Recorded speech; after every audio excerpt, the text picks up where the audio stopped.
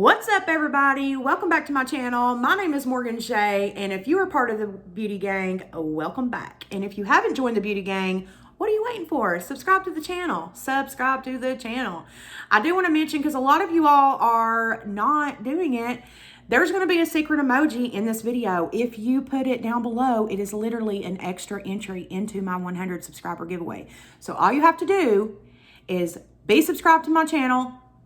That is it. And if you put an extra just comment of the secret emoji in the comment section down below, that is an extra entry. Duh. But today, you can read the title. You know what we're talking about. We are going to be talking about my very first townhouse that I lived in, a little bit of history about it, and we're going to talk a little bit about one of the spirits that like to stay there. And so if you are into that, if you enjoy the paranormal, do make sure that you give this video a thumbs up to let me know that. And without further ado, let's go ahead and get right on into it. So today, I am going to start off with how we found out about Jessie, okay? Now, Jessie was very young when he passed, and we found out about him because my roommate at the time, Julie, came up to my bedroom and she let me know that there was a guy sitting on the back porch. Now, her bedroom was directly over our back porch, so we couldn't see the back porch, but we could see the yard. So I figured, well, maybe he was just tying his shoe or something. There was a creek behind our apartment, so I thought maybe he was just walking by and he stopped to tie his shoe or something. So we peeked out the window and didn't see him. And so at this point, there had been a couple people get their car broken into around where we lived. So it started to freak me out, and peeked around the corner and there was nobody outside. And so I thought, well, whatever, you know, that's weird that he's like nowhere walking around, but I didn't really think twice about it. You guys, literally the next day, I walked downstairs with a very big basket of laundry. I was washing the comforter off of my bed, and I also had my clothes from the week in this basket. So it was really big, and it was pretty much covering most of my vision. And the way that you would get to our laundry room is walk down the steps, through the living room, through the dining room, into the kitchen, into the laundry room. And as I turn the corner from the dining room to the kitchen and turn towards the laundry room, I see a young man about 19, 20 years old standing there staring at me in the face. You guys, I dropped this basket like that and ran. I run immediately across the road to my neighbors. I do not shut my front door, nothing. I run across the street. And these neighbors I was really close with at the time, especially the wife. It was a husband and wife situation, and I was really close with the wife. And so I run in there, I'm freaking out. I've left everything over there, left my door wide open. And so I run in and I'm like, oh my gosh, Michelle, somebody's in my laundry room. And like, oh my gosh, we need to call the police. And so she's like, wait a minute, what did he look like? And so I described exactly what he looked like. And she said, oh, that's just Jessie. I'm like, what do you mean? Who is he? I'm like, what the hell? He broke in my house. And she's like, no, girl, he's a ghost. He's a spirit. He's a spirit, and he's been here since 1979. I'm like, dude, what? And so she was like, you need to talk to Edgar, our landlord, which, long story short, my family and his family are very, very close. So Edgar is kind of like an uncle to me. I know him very well. So I call Edgar and I'm like, Edgar, you need to get your butt over here right now. Who is Jessie? What is going on? Why did you not tell me that I was living in a haunted house? And he was like, it's not just your house. I'll be over there in a minute. So about 20 minutes later, Edgar and his wife, we'll call her Betsy, pulls in the driveway. And he says, okay, it's the whole area. It's the whole piece of land. So in other words, let me just explain this part. The whole property that we lived on was huge, okay? So it would have been townhouses, duplexes across the street, a subdivision, and condos. And it was over a huge piece of land. I mean, literally like 4 miles worth of land, like crazy huge. And he said that, you know, it was passed down through his family, which I already knew that. And I was like, yeah. And he was like, okay, so it used to be a plantation back in the day. So, of course, it's just haunted by different spirits. But who you seen was Jessie. And I was like, okay, who's Jessie? And so he tells me the story First, before I tell the story about Jessie, if you are triggered by being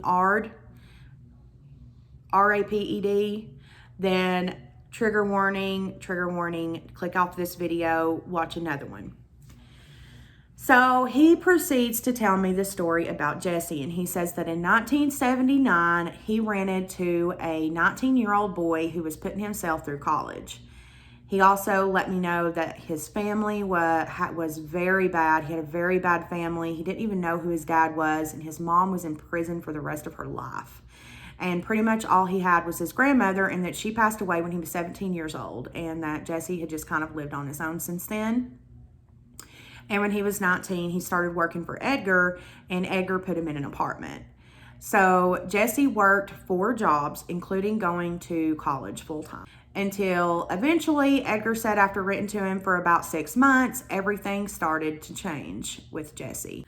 So Jessie starts getting really, really depressed. And so eventually Edgar asks him, Jessie, what's going on? And he tells him that his longtime boyfriend of 2 years has broken up with him. And so he was just really depressed and so on and so forth. Well, eventually things start getting so bad that Jessie ends up getting his car repossessed. So he has to start riding the bus line from work to school, back to home, so on and so forth. And from where we live, even back then, it would take you about 2 hours on foot to get to the closest bus stop.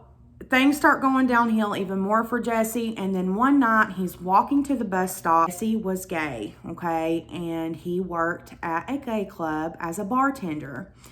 And Jessie is walking to the bus stop, and a group of very sick individuals gang up on Jessie, and they take advantage of him sexually. And one of them, they beat him up afterwards, and then one of them proceeds to put something up his rectum. Now, Jessie was severely, severely injured, not only physically, but emotionally as well. And Edgar said that Jessie was in the hospital for almost 3 months after they had beaten him up. Edgar finally was just like, don't worry about going back to work or anything like that. I will make sure that you have the apartment. Don't worry about it. And then Jessie ends up finally coming home. Now, when Jessie comes home, he is even more depressed. Things are even worse than they were before, as you can probably imagine. And then what happens next is he eventually gets kicked out of school.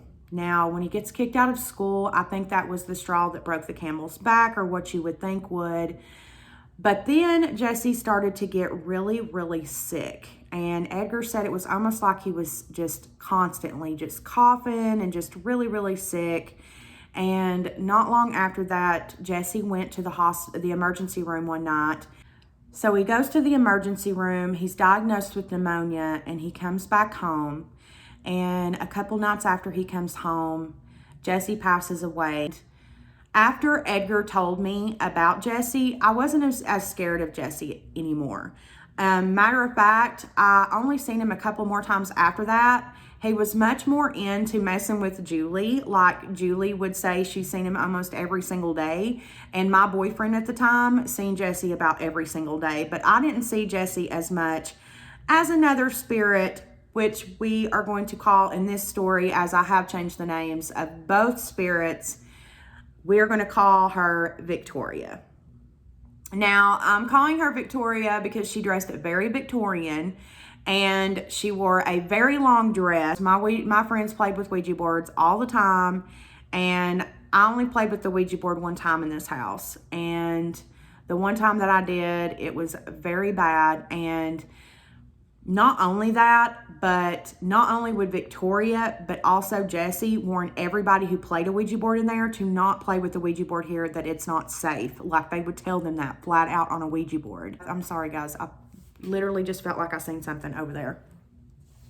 Literally, one night, Julie runs in my room freaking out, saying that Jessie was standing over her in her sleep, and he told her, do not play with the Ouija board in this house. It is not safe. It is not safe.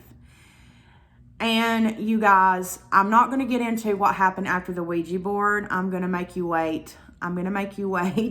But Victoria was just really playful. She loved to close doors. So closet doors, the front door, the sliding glass door, the laundry room door. I remember one day I was loading dishes into the dishwasher and she literally closed the dishwasher and like, there was no way that it could come up on its own. Like the drawer was pushed out and everything. Like it would take force to get it to close, if that makes sense. There was another time that I was getting a shirt out of the closet. I'll never forget this. I was getting a shirt out of the closet and just as my hand had left the closet, like the area where the door was, and I was like holding the shirt up like this, like looking at it, the door just went boop. Like she would do stuff like that. Very, very playful, like friendly spirit. But there were not some so friendly spirits. And unfortunately, I was stupid enough and Julie was stupid enough to end up playing with the Ouija board with our friends, and we invited something not so nice into our apartment. But we're going to end it here today. I do want to say though that I do believe that Victoria followed me for a while. I don't know if she ended up like crossing over or what happened, but I don't feel her energy anymore.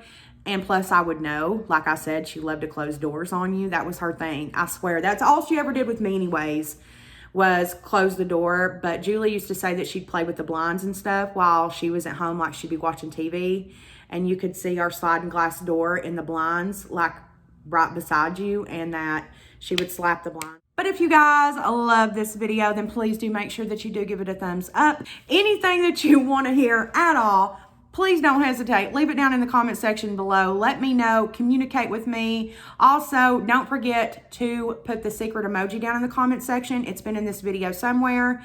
If you put the secret emoji in the comments, it is an extra entry into my 100 subscriber giveaway. And why in the world would you not want to be in that? Why? It's a giveaway. Also, this is the YouTuber shout out for this video. Please do make sure that you do subscribe to their channel. Support smaller YouTubers. We're trying to come up, out with the drama and in with the new is what I say. Subscribe to this channel. Leave them some lipstick emojis. Let them know that you came from the Morgan Shea Beauty Gang.